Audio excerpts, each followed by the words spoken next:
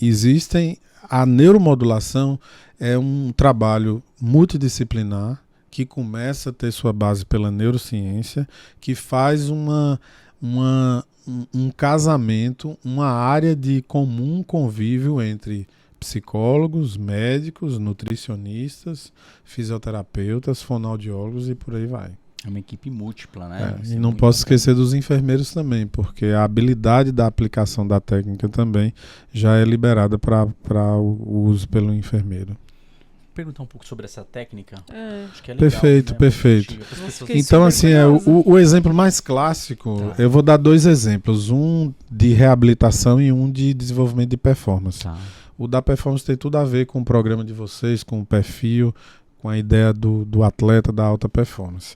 Mas vamos para o primeiro. Vamos imaginar que a gente detectou em um exame que, sem abrir a cabeça, capta como está esse comportamento eletrocerebral e percebe que os neurônios estão meio adormecidos nessa região do lado esquerdo temporal aqui que eu já expliquei. Então a primeira coisa que a gente faz é imaginar em um ponto específico aqui nessa área um eletrodo que vai despolarizar, que vai acordar esses neurônios. A corrente vai passar e ele precisa de um outro eletrodo que vai receber o comando. Esse aqui é positivo, esse é negativo. Igual uma corrente de energia da luz em casa. Se você não tiver o polo positivo e negativo para fazer o circuito, nada acontece. Correto? Então é a mesma coisa na lógica cerebral. Tá? Então, assim, você só precisa ter muita técnica primeiro para definir o lugar onde você vai eletroestimular, que as variáveis ocorrem em milímetros, tá? E também o lugar onde você vai escolher para ou estimular ou inibir. Então, tem eletrodo que estimula, tem eletrodo que inibe. Se você está percebendo que o sujeito tem uma performance abaixo do esperado, você vai inibir. E, geralmente, quando você está com um lado abaixo do esperado, o outro está no superávit. Porque os hemisférios cerebrais, eles disputam entre eles. E o ideal é que essa disputa dê sempre empate. 1000 a 1000, 0 a 0, 10 a 10, 2 a 2. Nunca um está com 1 e o outro está com 10. Aí vai ter desequilíbrio no comportamento, nas emoções e até na psicomotricidade. Ok? Então, a neuromodulação nada mais é do que injetar uma espécie de soro elétrico para reabilitar aquele cérebro. Numa frequência específica, por exemplo, em blocos de 10 em 10 sessões, qual é a diferença para o remédio? Porque como o código elétrico já é a força do próprio cérebro, então ele aprende com aquilo. Então você, por exemplo, faz 10 sessões eletroestimulando em uma determinada frequência ou despolarizando. Ele aprende a voltar a fazer aquilo e depois de um certo período ele faz sozinho. Ou seja, a pessoa está tratada. Não vamos usar a palavra curada, por um motivo muito simples. Vamos dizer que essa pessoa tem uma vida totalmente passiva, sem atividade física, come mal. A gente já falou aqui que a comida ela é a base para a qualidade da atividade elétrica cerebral. Eu conheço muitas pessoas que eu dou o seguinte exemplo. Cara, você nunca teve dimensão, mas o seu cérebro é uma Ferrari. Se você tivesse uma Ferrari aqui no mundo físico, você iria no primeiro posto abastecer com gasolina adulterada? Não. Ótima analogia. Outro dia um paciente olha para mim, ele com sequela pós-Covid, um empresário, e ele disse para mim: pô, minha memória não está funcionando mais, eu acabei de perder um negócio ali porque o cara, ele não espera ninguém e eu esqueci do compromisso. Isso não é do meu feitio. Alguma coisa está errada comigo. Não, tranquilo, vamos fazer seu exame e tal. Fizemos tudo. Quando ele viu o pacote de investimento, não é essa coisa absurda de valores, tá? Ele disse assim: eu acho que eu fiquei bom, só de ver o preço. Eu digo, cuidado com as piadas. Por um motivo muito simples. Não há perspectiva nenhuma na neurociência de haver transplante cerebral. E se um dia houver, a primeira coisa que a neurociência vai ter que resolver é onde guardar o software, que é os seus pensamentos, sua emoção e principalmente sua personalidade, para saber se vai voltar para o seu ser e você se sentir você. Agora me diga uma coisa, que carro tu anda? Ah, tal carro, uma caminhonete tal. Vai lá no teu extrato e veja quanto tu gasta de seguro com tua caminhonete. Do jeito que você tá, talvez você não tenha competência nos próximos anos de dirigi-la. Não adianta você ter bens materiais aqui e não cuidar do seu maior patrimônio. Maior patrimônio. Não tem sentido. Eu chamo isso marcador econômico de referência em saúde. O sujeito quer ser econômico nos investimentos para a própria saúde quando ele está, sei lá, pagando um X de seguro de uma máquina que ele comprou. Está preocupado Consegue com qual entender? performance, né? Não é Exato. a performance da saúde. Aí vamos passar para a neuromodulação da performance mesmo. Vamos pegar atletas, por exemplo. Essa região de uma orelha a orelha é uma região no cérebro considerada a região sensório-motora. É a região que tem a capacidade de absorver o que a gente sente em todos os sentidos e nos dá comandos motores para tudo, para balançar a cabeça, piscar os olhos, sentir a temperatura, regular o batimento cardíaco, movimentar um braço, correr, malhar, tudo está ali naquela região. Essa região ela tem uma característica muito específica e uma delas é a presença de neurônios espelho, que são neurônios que têm uma capacidade de observar, sentir a frequência de comportamentos repetitivos e fortalecê-los cada vez mais. Por isso que o treino faz total sentido.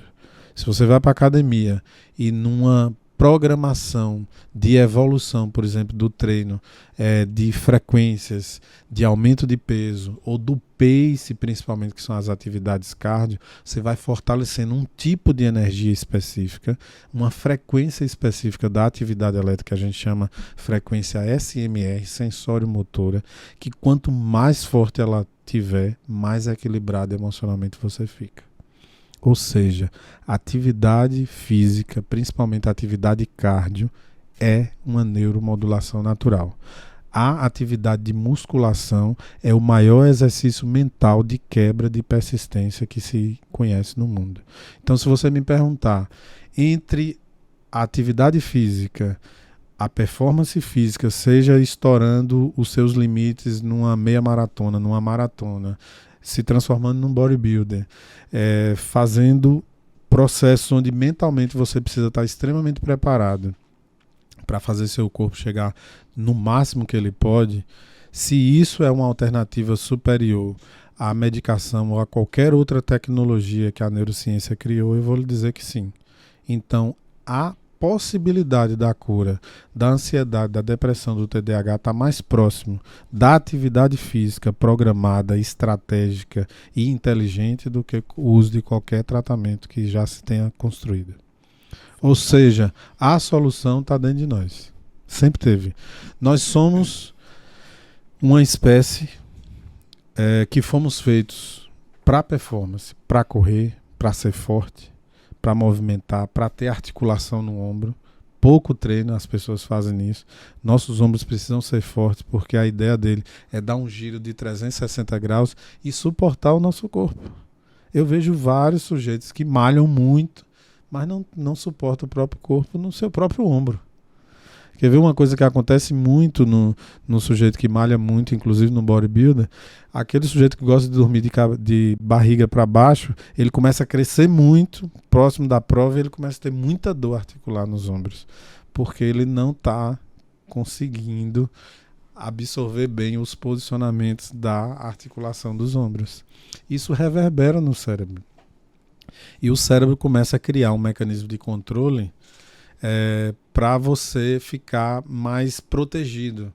Então, assim, ele não consegue entregar a tua performance inteira porque ele está entendendo que ali tem uma fragilidade e ele percebe antes que você está no risco de lesionar. Importantíssimo. Caramba, então... Isso é um nível do inconsciente. Quer ver? Eu vou te falar um outro exemplo que é show de bola. O sujeito está no MMA, no meio de uma luta, como o Anderson Silva aconteceu com ele, e ele dá um chute e quebra a perna. A recuperação não é só da estrutura muscular. Desenvolve-se um mecanismo inconsciente, onde ele vai ficar como se fosse um marcador traumático, para ele adquirir a confiança de chutar na mesma potência e velocidade e confiar de novo que a perna não vai quebrar. É um processo que ele precisa reprogramar mentalmente, na mente inconsciente, através de uma intervenção que a consciência dele negocie. Senão, não vai. Porque é prudente, na nossa programação biológica, manter a nossa integridade física. Então, a primeira coisa que a mente inconsciente programa ele chutou uma vez e quebrou. Então, o primeiro mecanismo é manter aquilo ali na prudência. porque não entende que ele quer voltar para a performance e por aí vai. Então existe uma linguagem que não é português, não é inglês, que precisa ser estabelecida entre a mente inconsciente do sujeito que lesionou, traumatizou, para ele voltar a ter a mesma performance. Olha que incrível. E ele, para quebrar essa barreira, ele faz... Aí a neuromodulação também ajuda. E ele também pode passar com um psicólogo para... Sim. E eu estou falando de uma, né, coisa ainda mais profunda, que é a relação, a construção de novo da comunicação, para que a mente inconsciente dele volte a confiar de novo, para ele chutar na mesma potência. Consegue entender? Já que ele chutou um dia com potência e quebrou. Percebe? Certo.